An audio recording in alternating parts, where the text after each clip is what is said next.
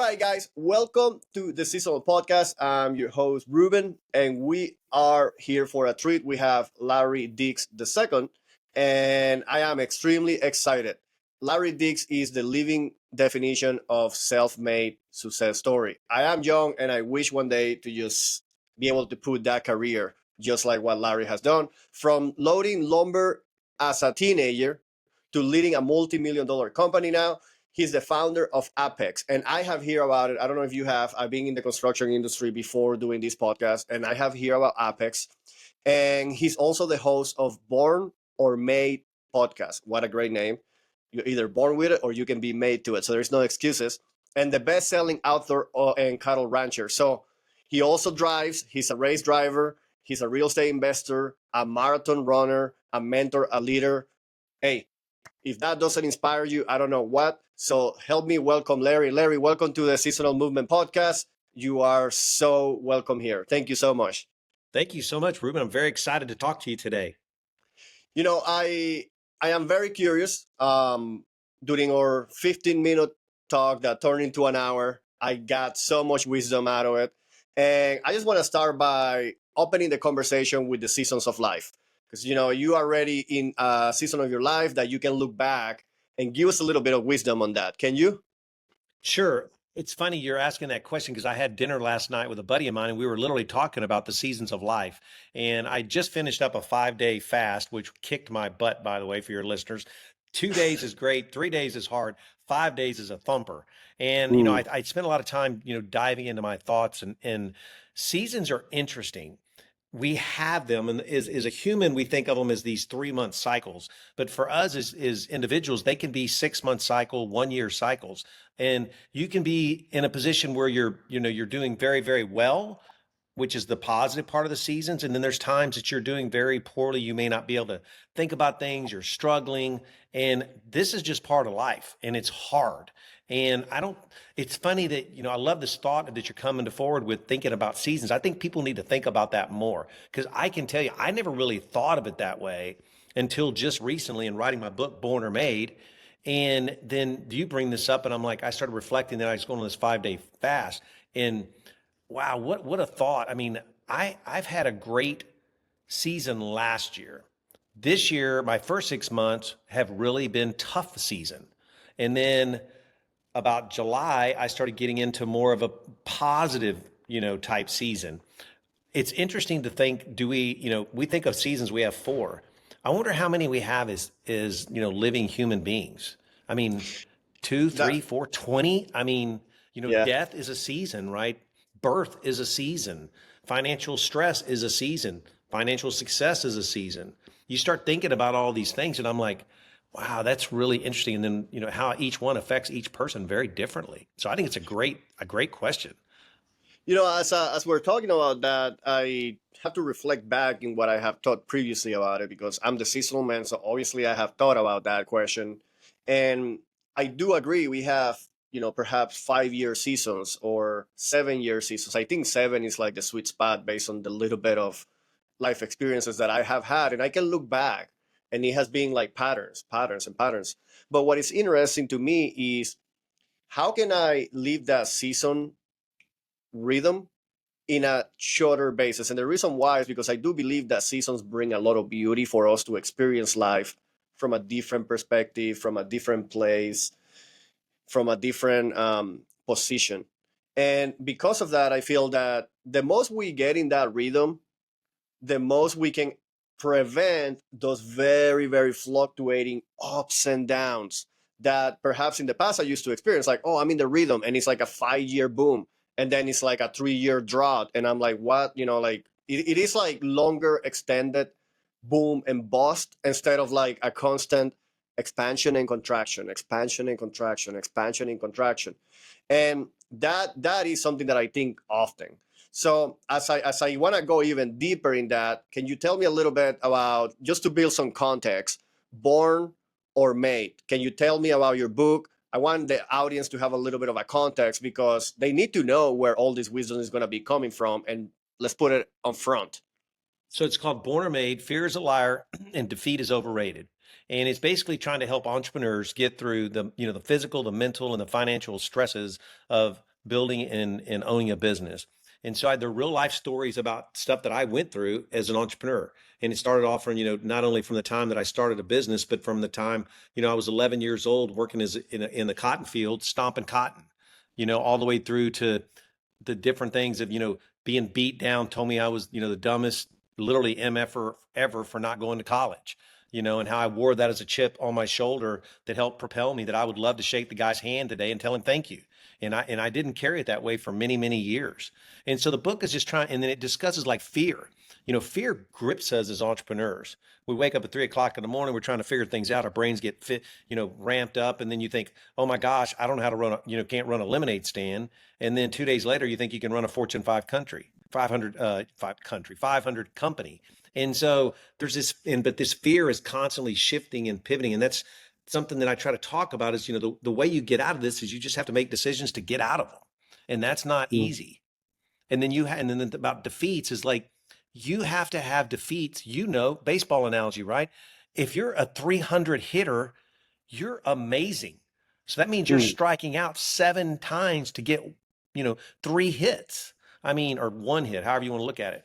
But that's it. And so you have to have the defeats. And it's in the analogy that I use is, life, everybody sees, Ruben at the peak, but Ruben's at the peak for a very short period of time. And then Ruben is going down into the valley. So you're like holding on, you see what's coming, and then you hit it, and then you got to come back up. So nobody talks about Ruben during this. All they want to see is Ruben here. And you're only here for a very short period. I mean, if you think about just a mountaintop peak, it's narrow, right? And so Hmm. that's, really you're getting defeated, because when you're going into the valley, you're getting defeated and you're getting grabbed and pulled and shaken all the way up until you get to the peak again. And that's what we just try to talk about, because we have oversold entrepreneurship so badly in this country, because everybody looks good on every post on Instagram, Facebook, TikTok, stuff like that, right? I mean, when you wake up in the morning, you don't look this good. You got to get up and cover, comb your hair and put some cool glasses on and stuff like that. And so, but we only see you in that picture. I know, I love those glasses, by the way.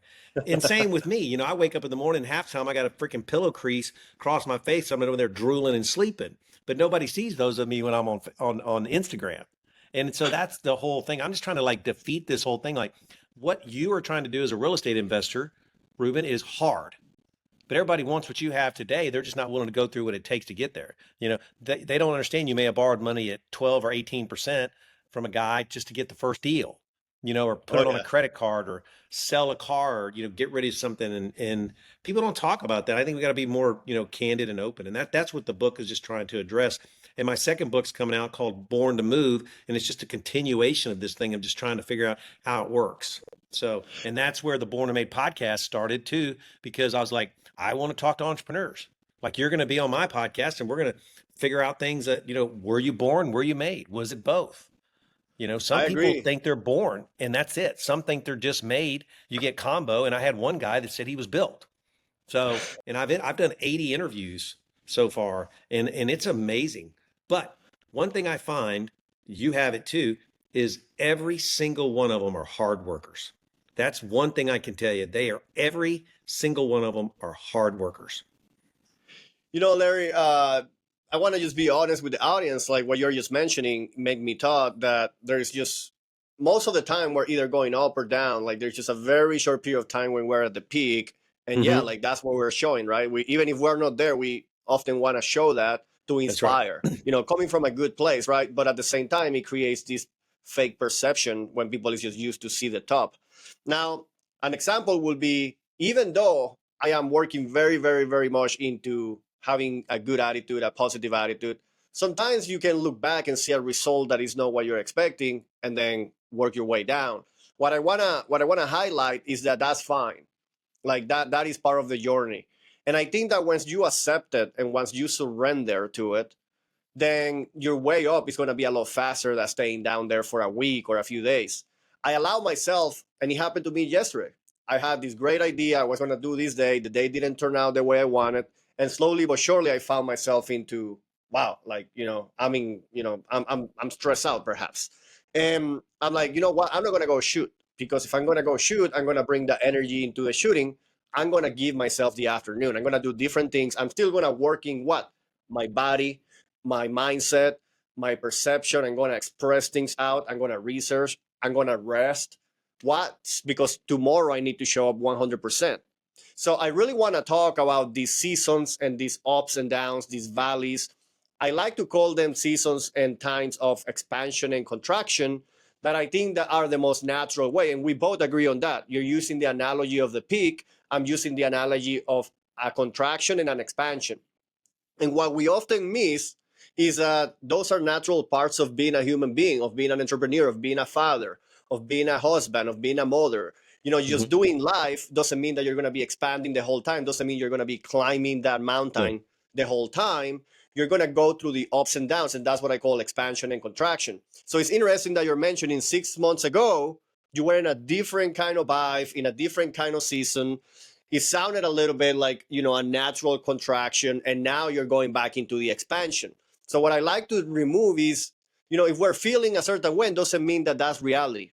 So I want to tie that back to the fear, because that is the title of your book and you haven't really touched much about it, and I love that idea. I love that the idea of fear is basically, in this case, we can call it the enemy, but I think that the fear is just natural. It's a signal that lead us in the direction if we know how to handle it. So I want you to please let us know how fear is being approached in your book and in your philosophy of living so that we can learn from it.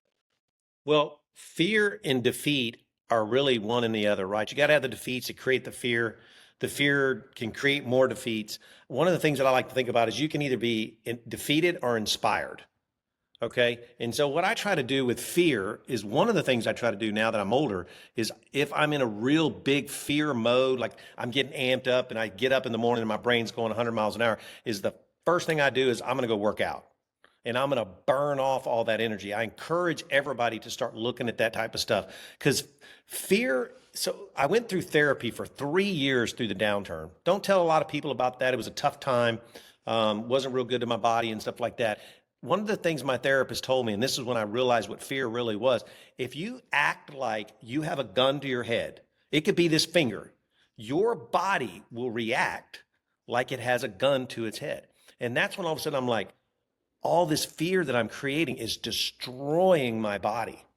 I mean, it is literally just, because now, what is there's chemicals that are released in your body and it just creates what is it, cortisone or cortisol? Yeah, Cortisol. stress, cortisol is if you are hooked on cortisol for too long, you are not resting. You are on fight or flight and you are going Fight or downhill. flight. And most of the time, yeah. And so fear is real.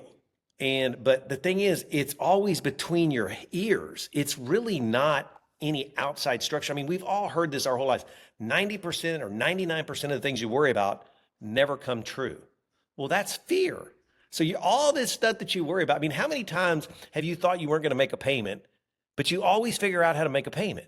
I mean, I can remember payroll having to drive, 100 miles to pick up checks to cover my payroll the next day. But I always figured it out. But then I built all this fear the whole time doing that, and it was for nothing.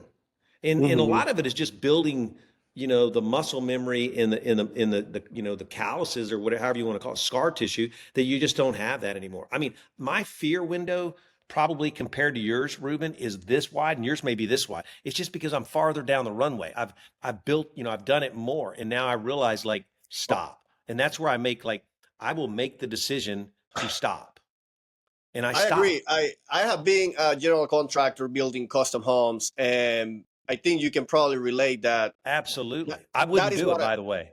that is what I call crocodile thick skin. I develop a thicker skin, right? But going back to the fact that fear usually is just a waste of time because we're Yes. just thinking about the worst case scenario while we are not allowing our body to think on the solution, perhaps. But just realize this, it is a survival instinct. Anything that threats us, that we see as a threat in the environment, is going to make us create cortisol, stress. What I find extremely interesting is how that happens in a cyclical manner.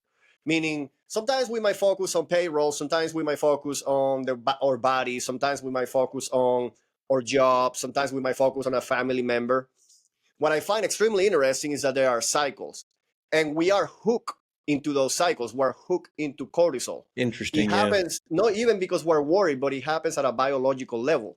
The reason I'm wearing these glasses is to prevent a little bit of the lighting that I have in front of me that is so intense that it creates cortisol, because it's like I'm getting the Interesting. sunlight right in front of my eyes. So Hmm. what is super interesting is that it happens at a biological level. It all starts in the environment. So what I like to do is breaking this down. Where did fear come from? First of all, it comes from the environment. Some threat that we imagine is out there. It brings a memory, like you said. You're developing callus, you're developing thicker skin because you realize, okay, I already went through that and I know it didn't kill me.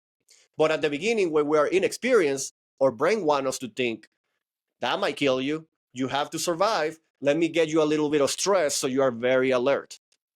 And that's how it manipulates us into fear. But once you realize that, and you realize that it's bad for you, because that's the thing, it's so bad for us. That's a lot of what I do. It's like, how can we balance the stress and the rest in a healthy manner?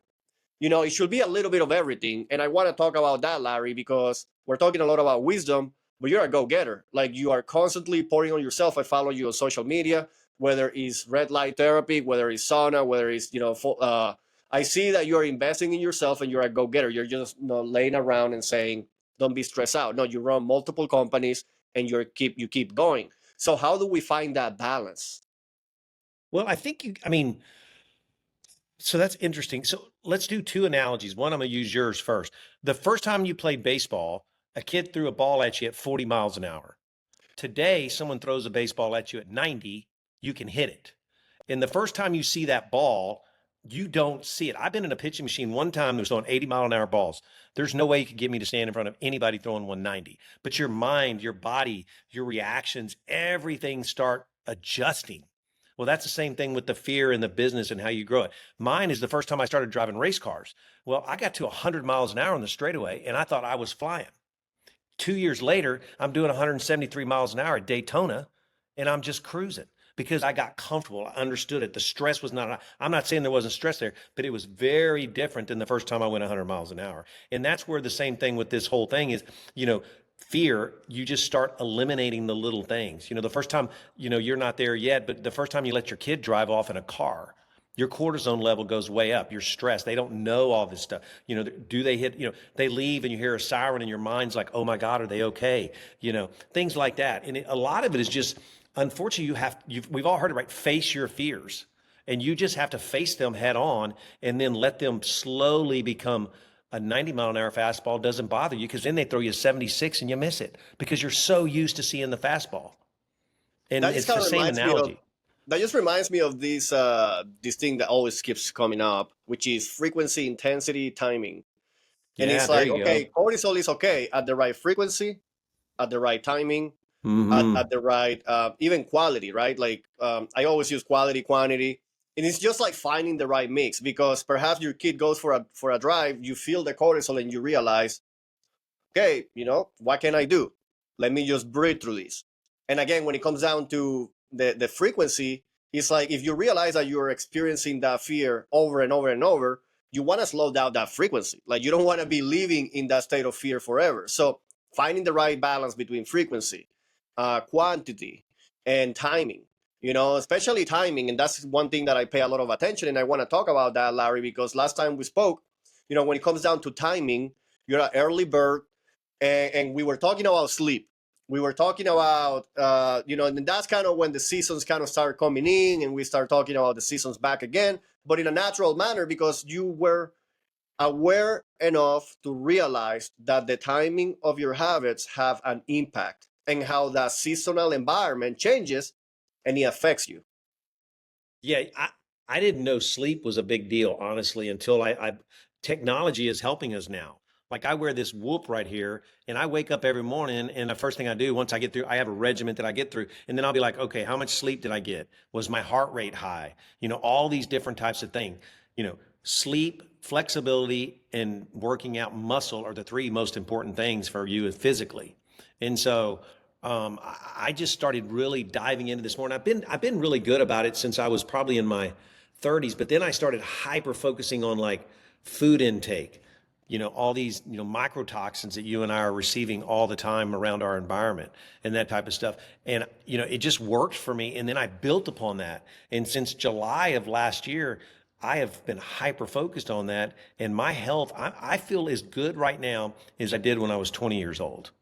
And I I just do made believe. a slight adjustments to that type of stuff. And I'm encouraging everybody, especially, on your podcast, to like start looking into this stuff. We have access to so much information.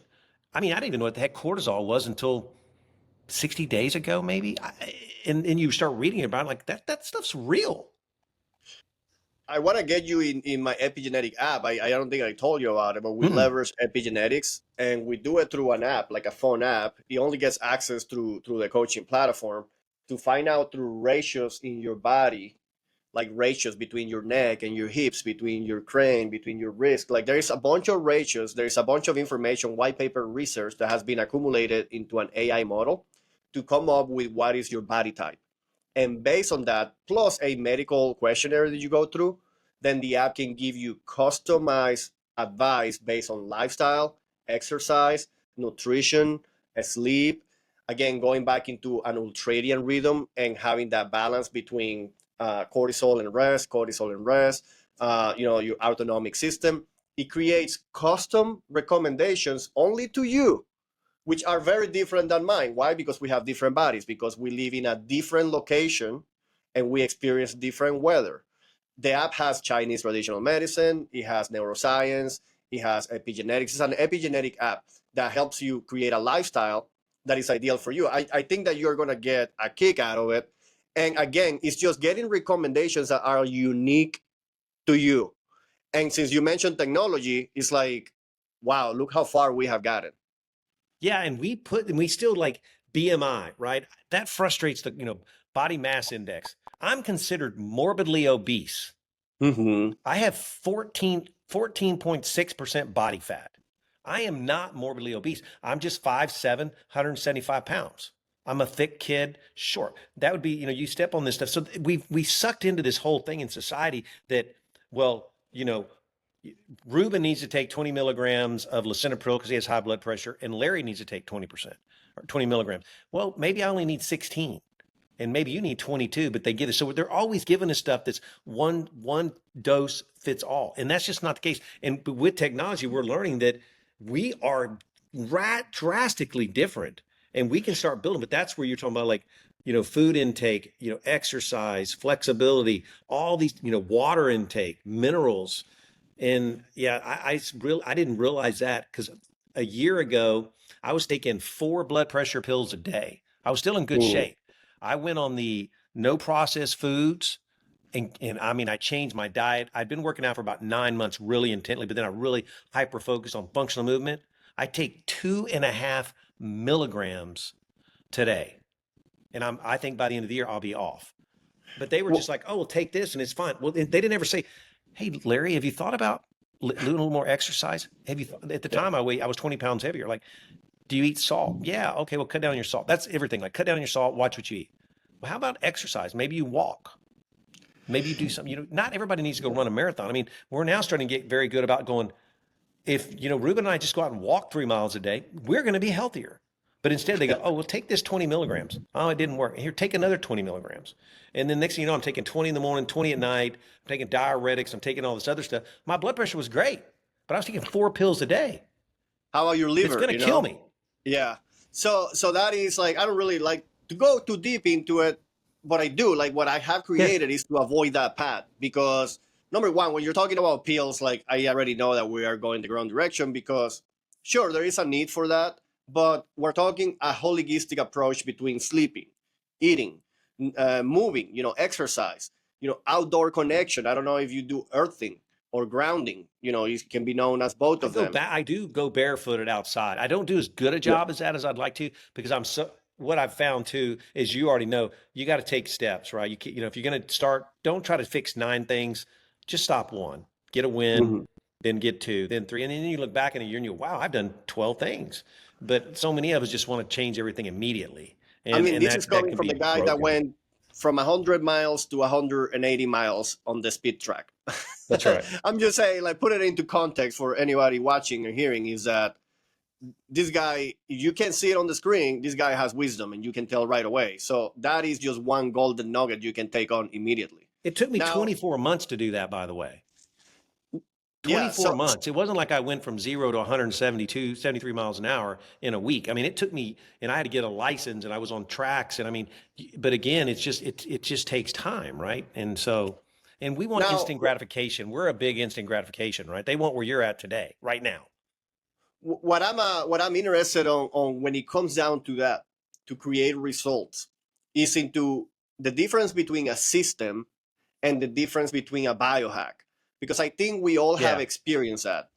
Right now, the social media, the internet, you talk to people, the environment is flooded with biohacks, and it's like, get on this cold tub, get on this hot one, Mm-hmm. take this, take this little spice, Mm-hmm. take this supplement, do this exercise.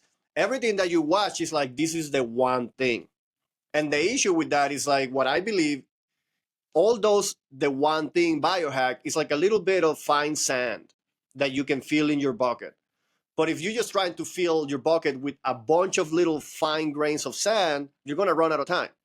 Now, the way that I look at it is that, how are the things that perhaps are not as hot right now, like sleeping, again, nutrition, exercise, but not from like this is the one magic pill, but from the perspective of this is a system, because we Right. all have to sleep. We all have to move, whether we move a lot or little. We all have to eat. We all have to go into nature. So, learning how to do those things, like the importance of relationships, relationships that give you power or take power from you, give you stress Mm-hmm. and novelty into your life. Larry, when you're talking about racing, there was a point in my life that I thought that everything that I was supposed to do had to have an immediate economic benefit. I think that's how I kind of got to a position that I realized, wow, life is I don't get the point. Like there's like, I was just producing. I wasn't playing baseball. I wasn't exercising. I wasn't doing all the things that I'm now so excited about doing every single day of my life, or every Your week, or every season. You were season. in that season, I right? was in a season, yeah, Yeah. and I was completely ignorant. But when you're talking about racing, I mean, how come you race? Like, that doesn't have any economic benefit, but what other benefit do you find from it, right? Like, what is the benefit of doing things that you enjoy in life and enjoy your life? What is the benefit of it if it doesn't make you any money, if it doesn't make you more productive, if it's not part of the hustle? Like, why do you do it? Well, it creates, I mean, you're building stamina, you're building discipline. I mean, these are things that you apply. So you take one enjoyment so that you can apply it to another. So then it applies to my discipline with real estate. It applies to my discipline with Apex, my discipline with the cattle, you know, doing all my podcasting, writing books. But so they all intertwine. I think it, for me, I'm very highly ADHD. So I like to have 15 different things to be able to do in a day. You know, like you couldn't, I guarantee you, you could not sit in front of a computer for 12 hours a day and make a living. You would go crazy. So it also burns energy. I learn things. I learn skills, how to drive, how not to hit cars. Same thing if you're in finance, it forces you to, don't hit a car. Well, then hyper focus on when you're looking at your financials, don't run out of money.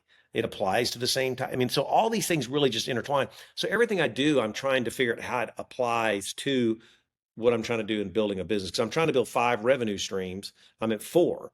And so just the racing just is how you do that. And then, I mean, honestly, you get people on podcasts, and I mean, it's cool stuff, and you meet amazing people. You get tons of experience from people that are running major corporations. And that's where you're building these networks. You build mentors and stuff like that. The racing is just part of the fun part. So, and it's and I enjoy it. And again, it helps me with everything else. When you bring the racing, and I'm the one bringing it up and highlighting it, because again, looking at life as a system, it's Mm-hmm. not like we're always on at the same frequency.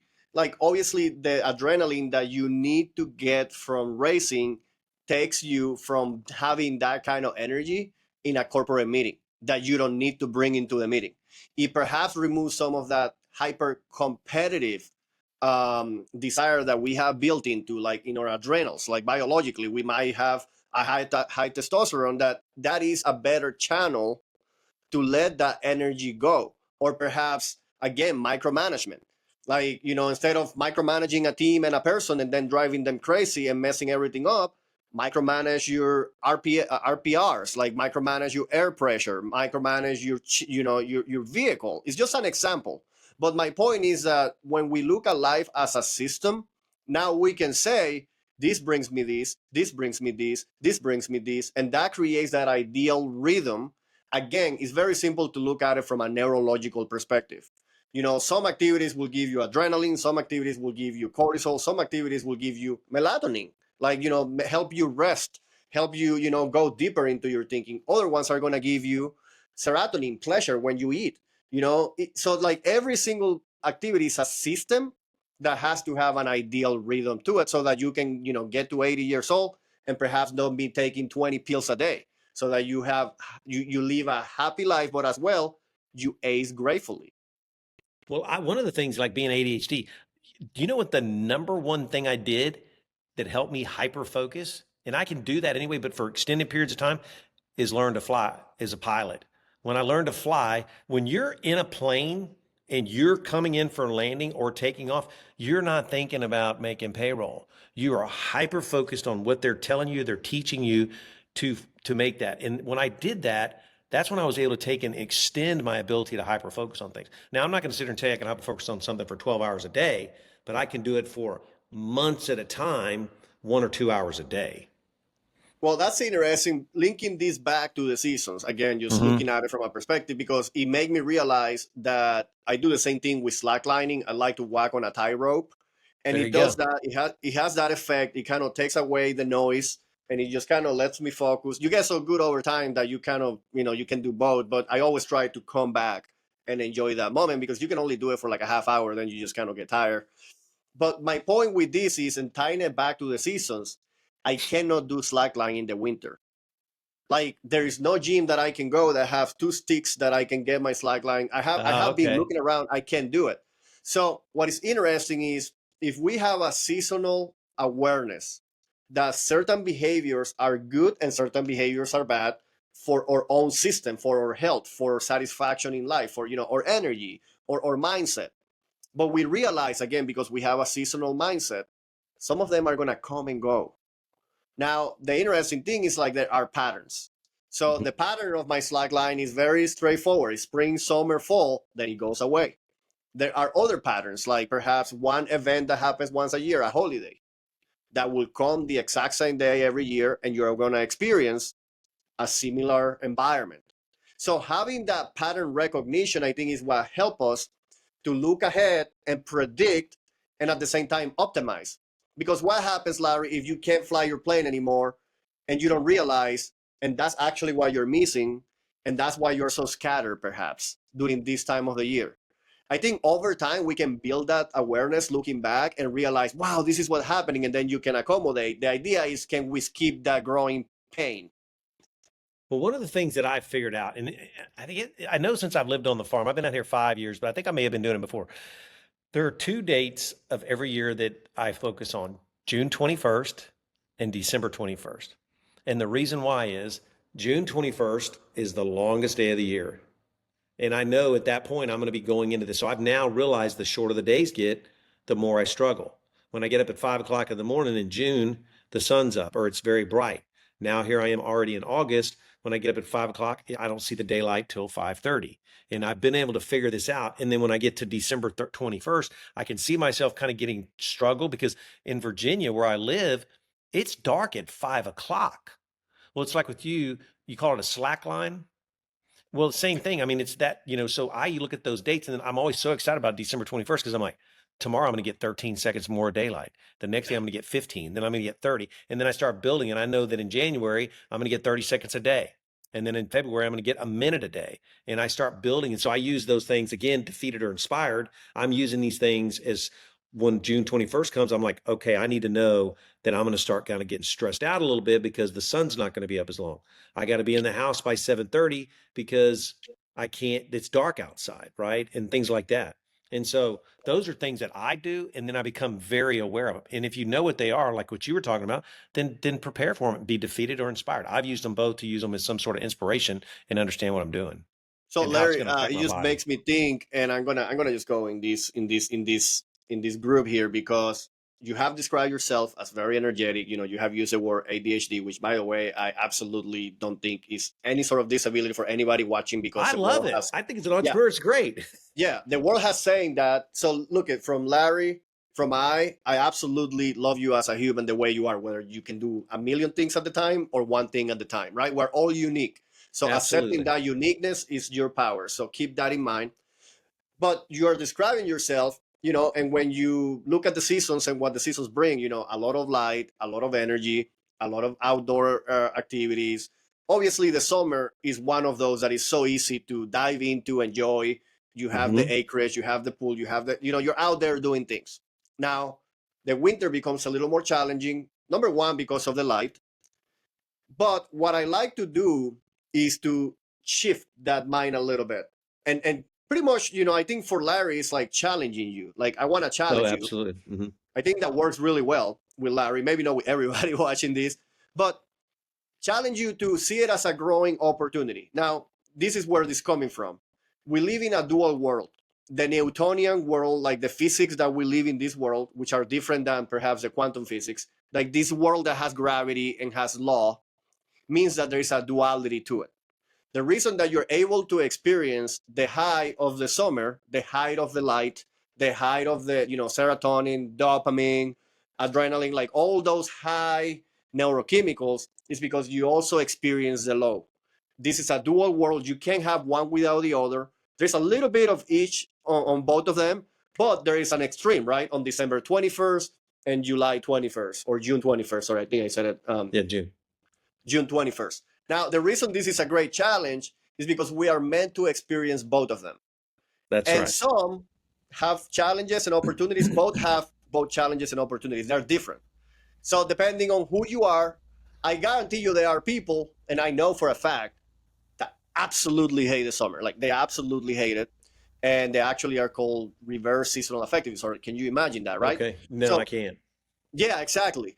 And then there's people that absolutely, and I'm talking to extremes so we can see how this works. There's people Hmm. that hate the winter and they're, the winter blues. Now, this is the neurochemical opportunity that we have in the winter. Number one, from just a time management perspective, we tend to have a little more time indoors and a lot more time to reflect because, we're not doing that many things usually.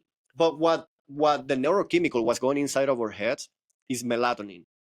Again, frequency and timing has changed. Melatonin is gets produced as soon as the sun goes away. Actually starts being produced before with the sunset because the red lighting that goes through the sunset.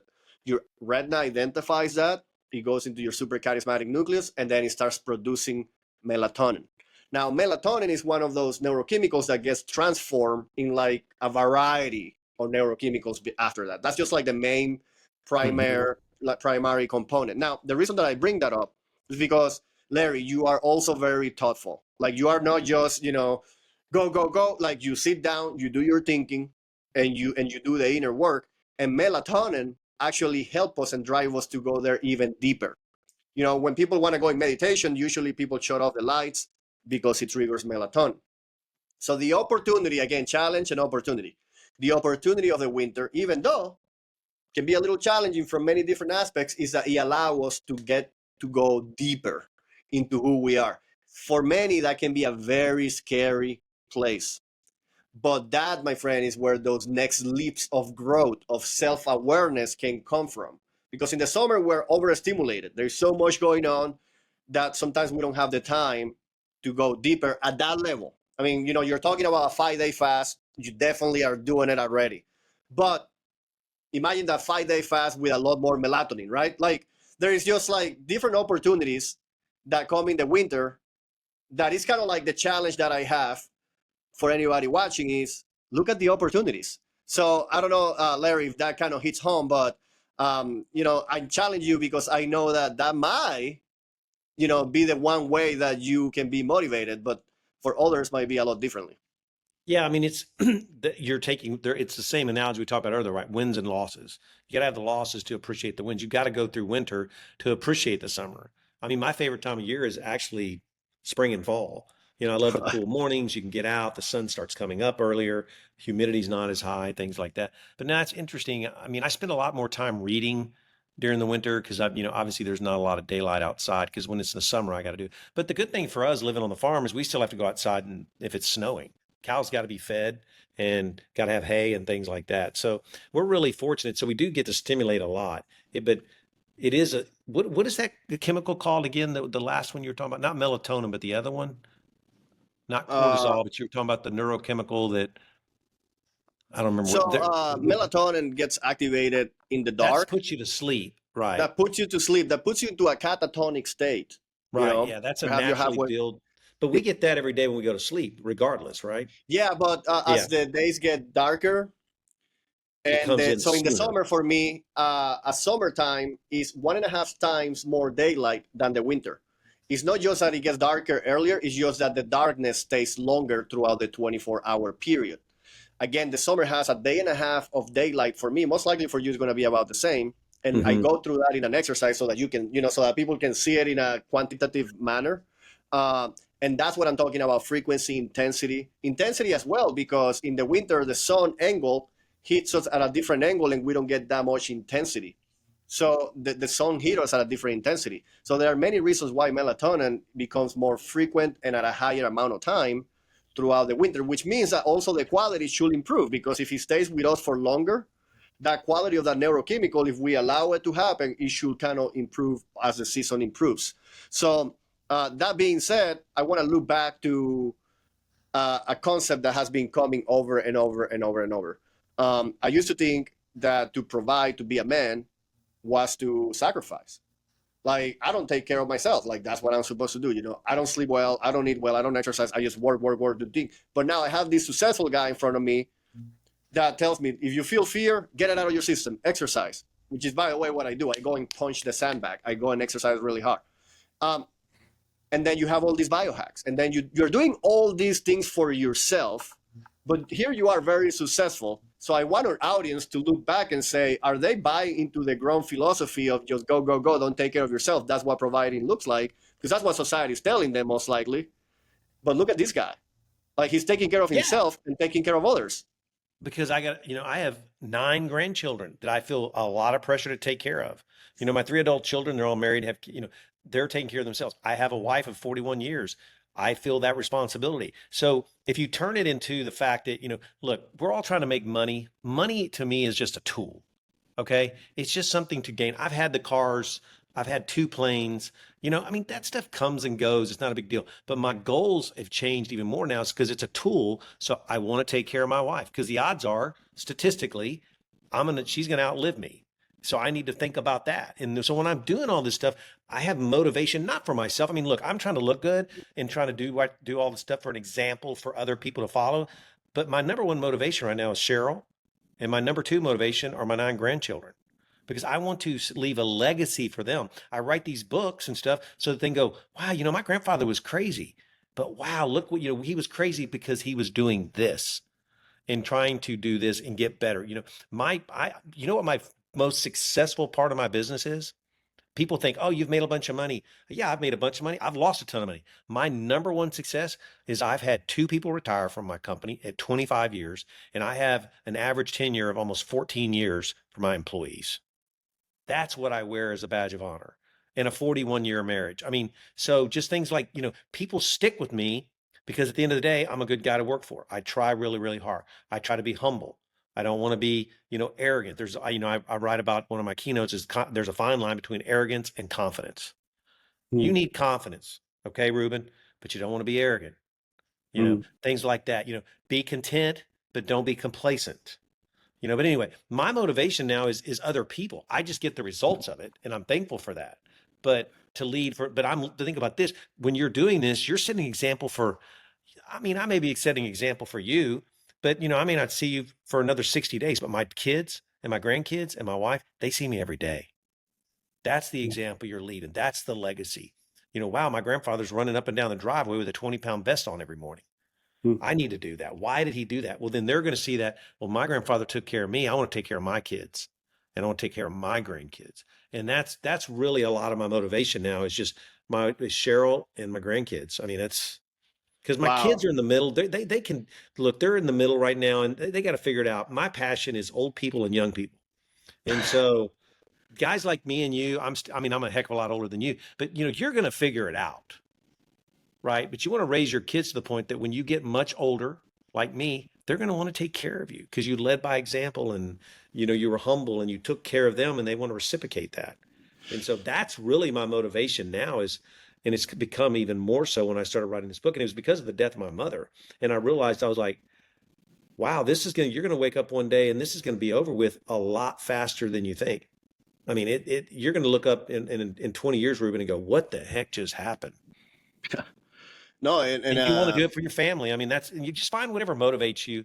I just think motivated money is fleeting. One of my favorite quotes is, and I made this myself, was, when you die, God's not going to ask you for your balance sheet.